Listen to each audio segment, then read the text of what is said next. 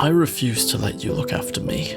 My job was to look after you because someone had to. It was my duty and my honor. Despite your more obvious flaws, you are one of the greatest men who has ever lived. What you and your friends did for this planet, by looking after you, I looked after the whole world, Bruce. You are my savior, and you are my son.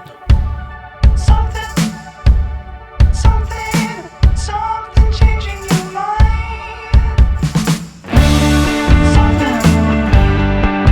Chiaroscuro is the technique of using strong contrast between light and dark in order to create a sense of volume and depth in the image. I'd argue Injustice has a form of emotional chiaroscuro in the storytelling, where all the darkness from the deaths, the downturns of the world, the heartbreaks, it all creates depth to the story through how it's contrasted and harmonized by the bright and pure efforts of the characters. I rarely ever cry at anything, but goddamn this scene I just read, I got pretty close. Batman is perhaps a self-made god, the optimal human whose mind and body has reached peak condition, but that doesn't mean he's particularly emotionally intelligent, especially when considering how Batman is rooted in a child's trauma. And as Jonathan Kent said, we're all children. The character who then acts as his father and to the story as a whole is Alfred. The most famous Injustice Alfred scene is probably the moment where he kicks Superman's little bum. Just look at his surprise. Believe it or not, this is actually the climax of Injustice Year 1. As Superman continues to impose his will over the rest of the world, leaving no choice, Batman's team steals his superpower pill to even the odds. It snowballs to Ollie's death, Superman rejecting the protest of both his parents, and Bruce's identity being revealed. So Alfred in all this mess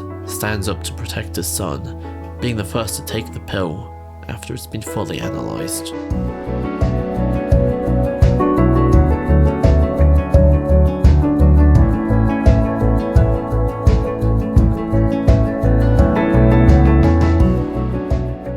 We have everything we need, sir. There's nothing worth saving here. Alfred is three things in Injustice, the heart of this world. When the press stood outside Wayne Manor and the life of Bruce Wayne is irreversibly changed, Batman of course had contingencies for this event, so his operation is safe. But Alfred also has a list of Bruce's most personally significant items, like his mother's pearls, his father's medical items, pictures of the boys, and of course, at the top of his list, himself. Alfred is what keeps Bruce in touch with the emotional needs he keeps often forgetting to attend to. The second is that Alfred is a man of humble principles. He's part of the resistance, not just because he's loyal to Bruce, but because he's a true believer of freedom from tyranny and service to others, to the extent that he hides his own birthday to avoid getting the limelight. The third is that Alfred is the voice of reason. The Injustice comics is more or less a tragedy about neighbors, friends, and family turning on each other due to different politics, compassion or execution, democracy or loyalty to a despot, the environment or people. The grief, anger, and pain everyone feels and is motivated by is funneled into their sides, so they can fight and destroy family and friends without facing their shame. As a result, Alfred is the old man in the room who can see past the disagreements and acts of pettiness for the purpose of mending bridges. In Year 1, Damian accidentally killed Dick. Alfred drank, but he also tried to start the process of healing. Your guilt-ridden son has just walked back into your home seeking redemption and forgiveness. Please try not to be you. But things fell apart and Alfred is accidentally hit.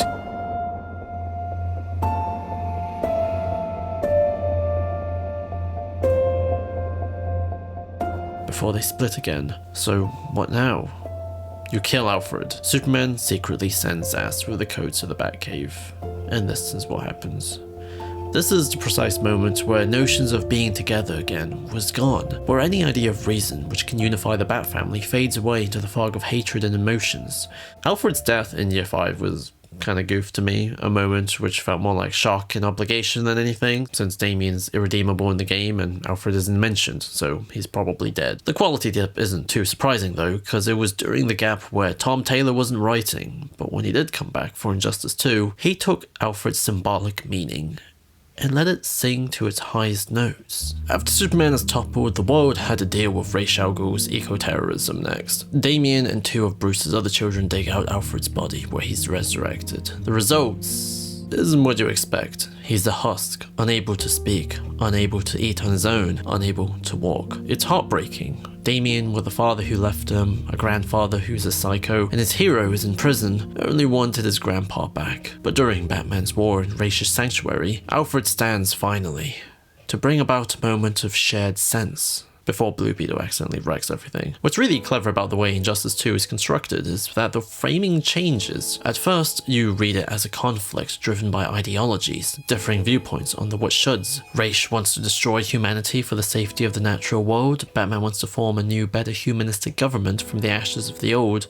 with its endless new resources and a council of the most altruistic people. As a result, the battle between them at first is one of opposing beliefs. However, this is also more or less a political disagreement between two men of the same family, a father-in-law and a son-in-law. I know Bruce entirely isn't married, but you know what I mean. The moment which Alfred returns and once again sees through the heated emotions, he sees this is a dispute between two people who, more than anything, should not only be able to find common ground, but it's their shared responsibility as members of the same family. Underneath both of their goals is the same desire to make a better world for the next generation, which includes their shared flesh and blood, Bruce's children, and Raish's grandchildren. There's a moment which puts all of this on display quite beautifully. Batman's daughter hates her father, tried to kill him, and even killed Ace amongst the confusion.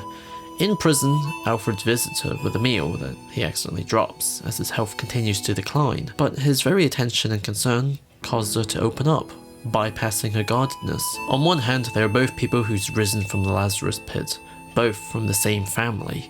She's his granddaughter and he's her grandpa. On the other hand, he can also see something she can't. I'm sorry for the way you were raised, for the pain you've clearly been through, for the hate that has been put into your heart. Your father is complicated. He is far from perfect, but he is not the demon you believe him to be.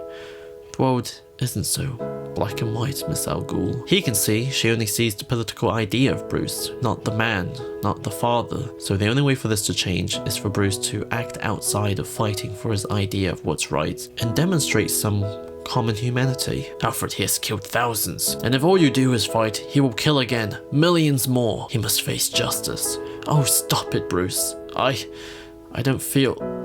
Alfred! I'm okay, I just have to... I'll sit down. Your daughter is 16. She has been turned into a killer and has given up on everything and everyone around her. She believes in justice too. But this is not the legacy the Wayne name deserves. Show your daughter there is a better way. If not for her, do this for me. Your father was a doctor. He looked to heal before he looked to punish. As a result, a ceasefire is agreed upon, and Alfred leaves as his health declines. He couldn't be prouder of his son and his friends, as he stitched them, fed them, reminded them of what's important. This old man got a chance to save the world too.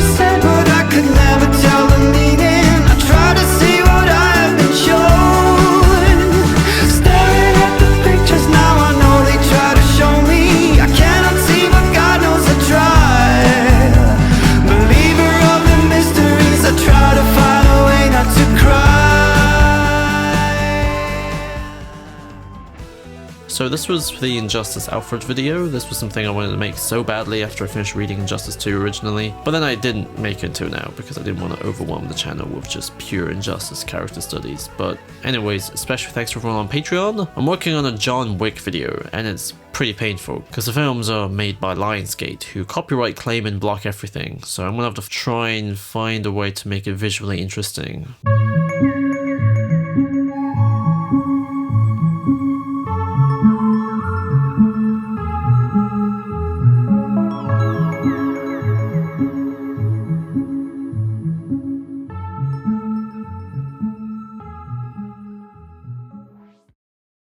Here comes the judge.